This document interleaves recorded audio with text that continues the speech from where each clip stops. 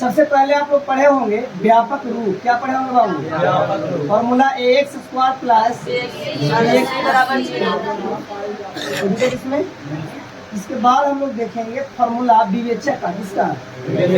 विवेचक बोले तो क्या से डिनोट करते हैं इसको? फॉर्मूला। बाबू विवेचक क्यों ज्ञात करते हैं इसे समझिए। मूल की प्रकृति बताने के लिए। क्या इससे मूल ज्ञात किया जा सकता है? इसका इस्तेमाल मूल ज्ञात करने के लिए नहीं करते हैं, बल्कि मूल की प्रकृति ज्ञात करने के लिए, मूल की प्रकृति बताने के लिए, है ना, प्रकृति के लिए।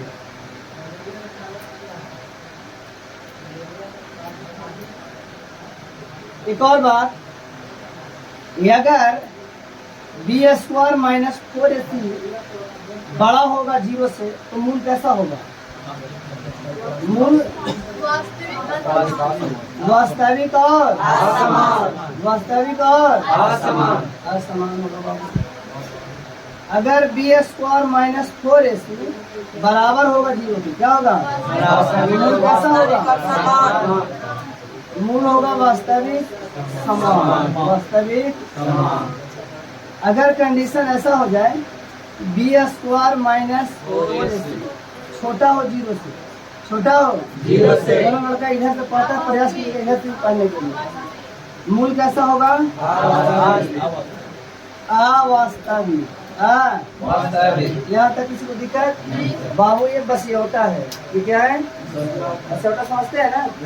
बासी यानी कल का, बोले तो आज हम लोग देखेंगे कि मूल निकालते कैसे हैं। मूल निकालते द्विघात समीकरण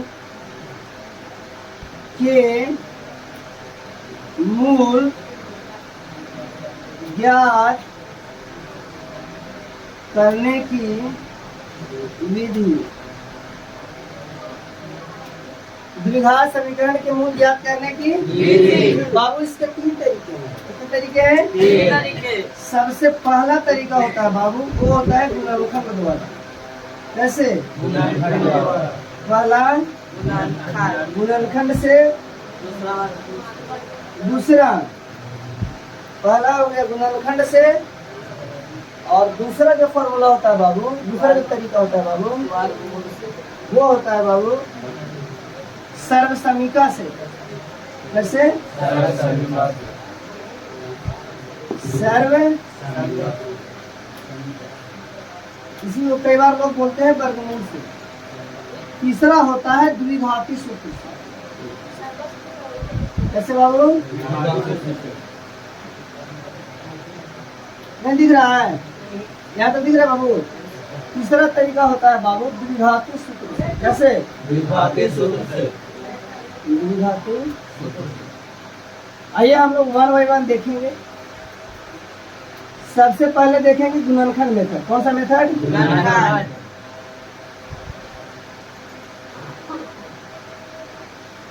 गुणनखंड। गुणनखंड मेथड जो है ये आपको बताया गया है बहुपद में। कहाँ बताया गया है? गुणनखंड बहुपद को जानते हैं आप लोग? वही यहाँ भी रहेगा। जैसे ट्यूशन में देखिए आपको आइडिया हो जाएगा। जैसे ट्यूशन रहेगा द्विघात समीकरण, द्विघात समीकरण 2x square plus 8x plus 6 बराबर 0 का मूल ज्ञात करें। क्या ज्ञात करें? मूल ज्ञात। बाबू एक वर्ड है यहाँ पर मूल। क्या वर्ड है बाबू? मूल। आपको एक पिछले क्लास में बताया गया था कि द्विघात समीकरण का मूल, या इसी को क्या बोलेंगे? हल। इसी को क्या बोलेंगे? या और क्या? शून्य। और क्या बोलेंगे? चर के मान, चर का, ये सब क्या है? इसको बनाने के लिए सबसे पहले क्या लिखेंगे? इसके बाद दिया है कि 2x square plus 8x plus 6 बराबर 0। इसके बाद इसका क्या करेंगे, गुणनखंड क्या करेंगे। इसके गुणनखंड के लिए बाबू तरीका जान ही रहे हैं, फर्स्ट क्लास वाला गुना करके कितना लाना है और जोड़ करके 8 मिला और बताइए 2x स्क्वायर प्लस क्या कॉमन हो जाएगा बाबू 2x कॉमन लेने के बाद क्या बचेगा x प्लस क्या कॉमन हो जाएगा दोनों है, क्या बचेगा x प्लस। यहाँ तक किसी को दिक्कत, किसी को दिक्कत और कुछ कॉमन हो रहा है x प्लस क्या बचेगा बाबू बराबर। यहाँ से तो आप जान ही रहे हैं जब x प्लस 3 बराबर 0 x का वैल्यू -3 जब 2x plus 2 is equal to 0 बाबू 2x बराबर -2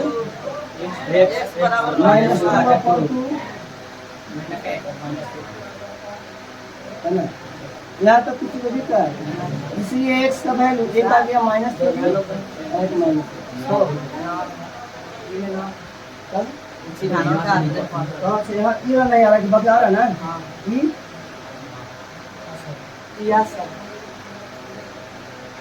इसलिए हम लोग कह सकते हैं बाबू की x का वैल्यू कितना है, -3 है माइनस, वही क्या हो जाएगा आपका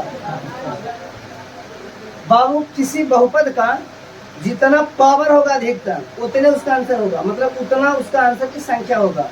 जैसे ये द्विघात समीकरण है, कौन सा समीकरण है, इसका पावर कितना है 2, इसलिए इसका क्या आंसर आया 2। अगर त्रिघात होता तो 4 घात वाला होना तो 5 घात वाला रहेगा तो रैखिक रहेगा तो इसमें दिक्कत। हाँ यहाँ यहाँ यहाँ यहाँ नहीं आया, इधर देखो 2x square plus 6x plus 2x plus 6। यहाँ से क्या करते हैं हम लोग कॉमन लेते हैं, क्या करते हैं बाबू, एक बच्चे को यहाँ से समझने में दिक्कत है, यहाँ ध्यान दीजिए बाबू। कॉमन जब लेंगे ये जो 4 पार्ट है इसका 2-2 पार्ट में डिवाइड कर कॉमन लीजिए। कोई ऐसा डिजिट जिससे ये दोनों अंक कट रहा हो, कौन सा है 2। कोई ऐसा एल्जेब्रिक पद या कोई ऐसा चीज जो दोनों में है उपस्थित, क्या 2x कॉमन हो जाएगा। इसके बाद लिखते हैं इनटू, क्या लिखेंगे बाबू, अब जितना ये अंक लिखे हैं ना बाबू कॉमन में, यहाँ से भागा देते हैं, इस सब में भागा देख क्या लिखना होता है। 2 में 2 से भागा दीजिए कितना आएगा 4, 2 में 2 से भागा देगा कितना ला रहा है 4, कितना ला रहा है 4 बना लेगा जी, 4 कैसे बोल रहे हैं 2 से 2 भागा देगा क्या बना लेगा बाबू, क्या है कितना जरूरी है। यहाँ देखिए यहाँ x के पावर कितना है और यहाँ बाबू 2 में से वो निकाल लिया, क्या बचा हाँ x 2 है वो निकाल लिया, क्या बचा और आगे बढ़िए 2 से 6 में भागा दीजिए क्या बना लगेगा x था, x तो निकल गया, कुछ बचा क्या नहीं। इन दोनों में से भी कुछ कॉमन हो रहा है, कोई ऐसा है जिसे दोनों कट रहा है 2 से, तो लिख देंगे ये वाला प्लस दे के लिखना है, 2 कॉमन 2 कॉमन लेने के बाद बाबू इसमें 2 है और x है, 2 को निकाल लिए, बचा क्या जो बचा वो लिख देना है, प्लस है तो प्लस हो जाएगा। यहाँ पर 2 से भागा दिए 6 में, यहाँ 3 लिखा जाएगा, इसमें कोई दिक्कत। और आगे देखिए इसमें देखिएगा इस पार्ट में तो ऐसा टर्म जो दोनों में है, देखिए कोष्टक वाला दोनों में है, दिख रहा है, इसको बोलते हैं कॉमन, इसको पहले लिख लिया, कोई दिक्कत। अब जो बचा उसको लिख लो, इसमें से बाबू इस पार्ट में से ये हट गया, क्या बचा 2x, इसमें क्या बचा कोई दिक्कत, यही चीज यहाँ पर लिखो। क्या देखेंगे बाबू द्विघाती, ये पहले ही लिख दिया जा चुका है सूत्र से, कैसे सूत्र से बाबू। अगर हम बात करें द्विघाती सूत्र का तो फॉर्मूला होता है -b plus minus under root b square minus 4ac by ये होता है डायरेक्ट फॉर्मूला, इसको बोलते हैं द्विघाती सूत्र। क्या बोलते हैं द्विघाती सूत्र। आप लोग कभी ऐसा महसूस किए होंगे कि नहीं सर, जैसे सपोज कि ये क्वेश्चन है, ये क्वेश्चन इसका गुणनखंड हो गया, लेकिन कोई ऐसा प्रश्न रहे जिसका गुणनखंड ना हो, जिससे गुणनखंड ना हो, तब फिर क्या होगा? तब उसके लिए ये लाता है द्विघाती सूत्र। हालांकि ये द्विघाती सूत्र ब्रह्मास्त्र है। क्या बाबू? इस सब में लग जाएगा फॉर्मूला। द्विघात बहुपद के सभी प्रश्नों में द्विघाती सूत्र लग जाएगा। दिक्कत इससे सभी प्रश्न नहीं बनाए जा सकते हैं। केवल गुणनखंड से सारे प्रश्नों को सॉल्यूशन नहीं किया जा सकता है, लेकिन द्विघाती सूत्र से सारे प्रश्नों को हल किया जा सकता है। जैसे अगर हम क्वेश्चन की बात करें, ध्यान दीजिएगा, क्वेश्चन लिखा हुआ है 3x² minus 8x plus 4 is equal to 0। 3x² minus 8x plus 4 is equal to 0। ध्यान दीजिए बाबू, यहाँ आप बता सकते हैं a का वैल्यू बताइए जरा, b का वैल्यू बताना जरा, c का वैल्यू बताना जरा। यहाँ तक किसी को दिक्कत नहीं।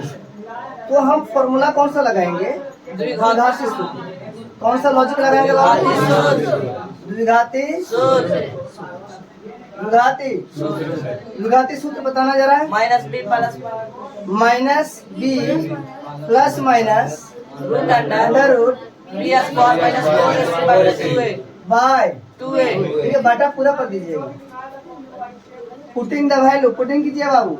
माइनस का माइनस, b का वैल्यू बताना -8। b का वैल्यू कितना हो जाएगा? बाबू दो को चिन्ह आ गया, एक को क्या चिन्ह में कर देंगे? प्लस माइनस रूट की जगह पर ये क्या लिखा है बाबू? bs स्क्वायर को बताना जरा। -8 के स्क्वायर माइनस 4 का 4। बाबू यहाँ 4a और c तीनों आपस में सटा हुआ है। क्या है? जब 4 और 4 आपस में सटा हो तो हम लोग समझते हैं कि गुणा के रूप में है। किस में है? गुणा करके 4 लिखा गया। बाबू a का वैल्यू बताना जरा। a का वैल्यू बताना, c का वैल्यू बताना जरा 4। और आगे बढ़ाइए इसको। बाय 2 गुने a का वैल्यू। यहाँ तक किसी को दिक्कत नहीं। और आगे बढ़ाइए बाबू। माइनस को माइनस गुना करेंगे, प्लस 8 हो जाएगा आपका। प्लस माइनस अंडर रूट 8 का स्क्वायर करेंगे माइनस 4 चौके 16 तिया। यहाँ तक किसी को दिक्कत? बाय किसी को दिक्कत नहीं। और आगे बढ़ाइए बाबू। ये 8 हो जाएगा प्लस माइनस अंडर रूट 64 में से 48 जाए कितना बचेगा आपका? 16। सही है क्या? 14 में से 8 गया 6, 5 में से 4 गया। आगे नीचे बाबू कितना? 6। और आगे बढ़ाइए बाबू, आगे बढ़ाना इसको।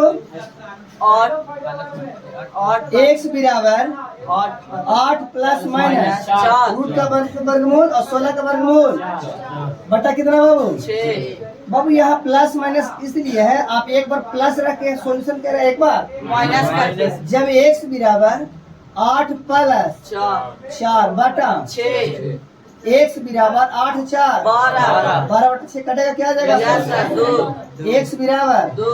किसी को दिक्कत नहीं सर। जब एक बार माइनस पर सोल्यूशन कीजिए, x बराबर 8 माइनस 4 बटा 6 और ये x बराबर 4 बटा 6 कटेगा, क्या?